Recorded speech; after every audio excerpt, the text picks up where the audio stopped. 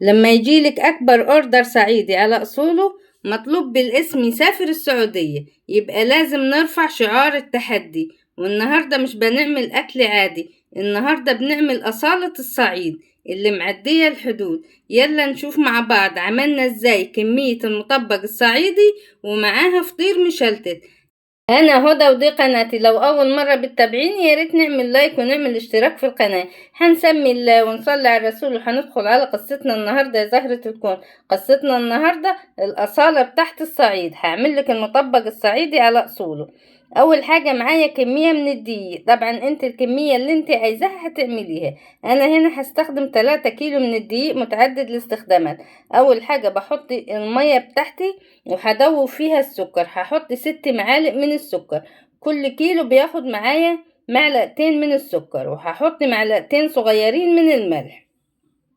انا هنا حطيت اول حاجة 4 كوبايات من المية، وهدوب السكر كويس مع الملح. لازم اي معجنات تدوب الملح والسكر اللي هتستخدميهم. دوبتهم كده كويس، وبعد كده هحط كمية الدقيق. انا هعجن الكمية دي، وهتكون العجينة معايا متماسكة. عايزة عجينة متماسكة، مش عايزة عجينة طرية ولا بتلزق خالص. هنعجن مع بعض يا زهرة الكون زي ما انتوا شايفين. وصلوا على النبي كده في الكومنتات.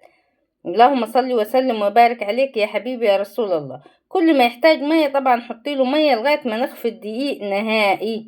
طبعا انت لو الكمية ملكيش دعوة بالكمية، انا بعمل كمية. انت ممكن تستخدمي نص كيلو، وممكن يجيب لك 6 مطبقات 7 كده يعني، على حسب طبعا القطعة اللي هتعمليها، وعلى حسب هتعملي على طبلية كبيرة او هتعملي على الرخامة زي ما انا هعمل.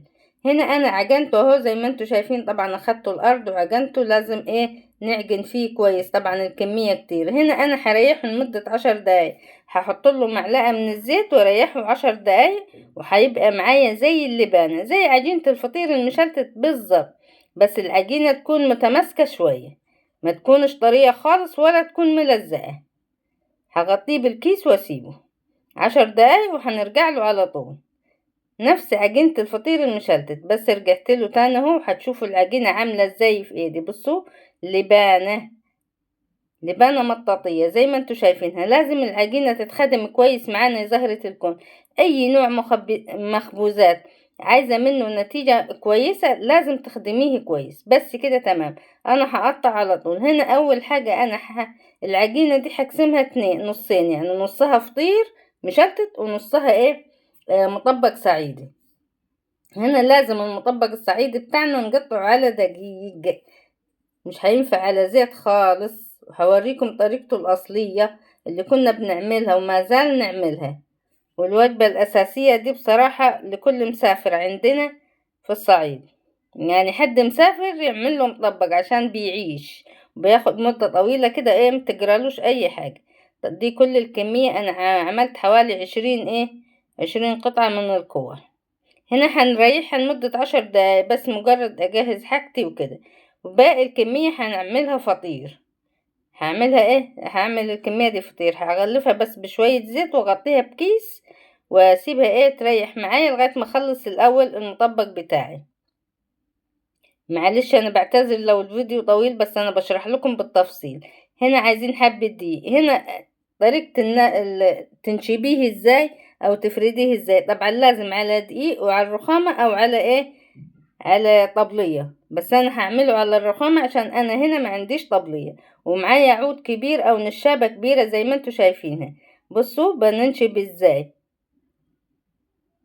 بصوا لازم نكبرها، ولازم نحط دقيق عشان ما تلزقش معانا لا من تحت ولا من فوق.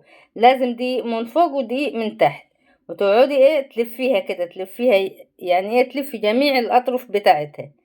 انا مسرعة الفيديو بس عشان ما ياخدش وقت طويل معانا. بصوا بتكبر معانا ازاي. لازم تبقى معانا رهيفة كده خالص. طبعا لو طبلية هنكبر الكورة على قد الطبلية. هنا بنحط سكر، ده سكر حبيبات عادي. هنا المادة الدهنية ممكن تستخدمي زيت وممكن تستخدمي زيت وسمنة، زيت وزبدة زي ما انت عايزة. بس هنا على حسب طلب الزبون. عايز زيت بس بنعمله زيت، عايز سمنة وزيت بنعمله سمنة وزيت، على حسب ما هو عايز. لو عملتيه بسمنة بس هيبقى معاكي طري خالص وهيبقى زي الفطير المشلتت، لكن احنا لازم نحط زيت وسمنة عشان يبقى معانا مقرمش كده من بره وبيبقى طري من جوه. بنعمله ايه زي الظرف كده مربع. انا معايا هنا الساجة بتاعت البوتاجاز بتاعتي، هعمل لكم واحدة تاني برضو ننشبها مع بعض. لازم تحطي دقيق كتير.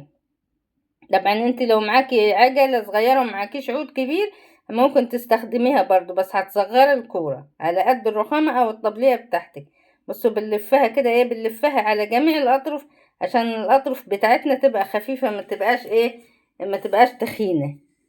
بصوا بنعملها ازاي اهو كده زي ما انتوا شايفين كده. طبعا انا ما خدوش وقت خالص معايا عشان انا متعودة عليه. بصوا بنحط سكر، بعد كده حبية الزيت او السمنة، وبعد كده نحط الفردة. كل تطبيقة لازم تحطي سكر وزيت، وعلى وشه هنا لازم تحطي ايه زيت. شايفين ما تسيبوهوش كده ناشف خالص. دي كل الكمية، طبعا لسه في كمية تاني مش كل الكمية.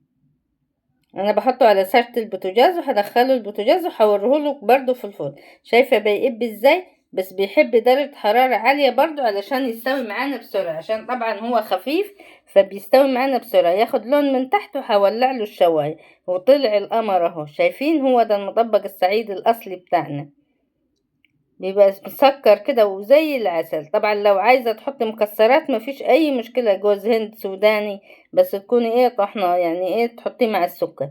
مجرد ما يطلع على طول يا زهرة الكل لازم نحطه في الحلة عشان ايه يطرى معانا. هو بيبقى مقرمش من بره وطري من جوه، وطعمه بصراحة في حتة تانية خالص.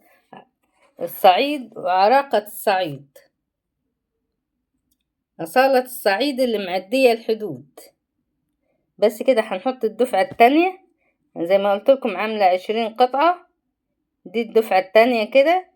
طبعا انا جهزتها لغاية ما هو طلع معايا. الدفعة الاولى طلعت معايا من الفرن، شايفين مربع ازاي وبالمسطرة. طبعا حاجة مسافرة واوردر لازم ايه نعملها كويس. بصوا لازم نحط برضو زيت او سمنة بلدي عادي مفيش مشكلة، او زبدة مع زيت، اي نوع مادة دهنية. دي كل الكمية. طبعا انا خبزتها زي ما انتوا شايفين كل الكمية اهي طلعت. اللهم صل وسلم وبارك عليك يا حبيبي يا رسول الله. صلوا على النبي في الكومنتات. وبالهنا والشفا ايه الاصحاب. وبصوا بيبقى طري كده من جوه وبيبقى مقرمش من بره. شايفينه؟ بصوا التوريقات حاجة كده بصراحة تحفة. شايفين احلى مطبق صعيدي، والطريقة سهلة وبسيطة خالص. ما عندكيش عود كبيرة اعملي بالعجلة وافردي قد ما تفردي. ولازم يبقى مقرمش كده معانا من بره. احنا بنحطه في الحلة وبنغطيه وبيطرى بصراحة. ودي كمية الفطير. قلت الفيديو هيطول عليكم فانا ايه وريتكم بس الكمية. مع السلامة، اشوفكم في فيديو قريب.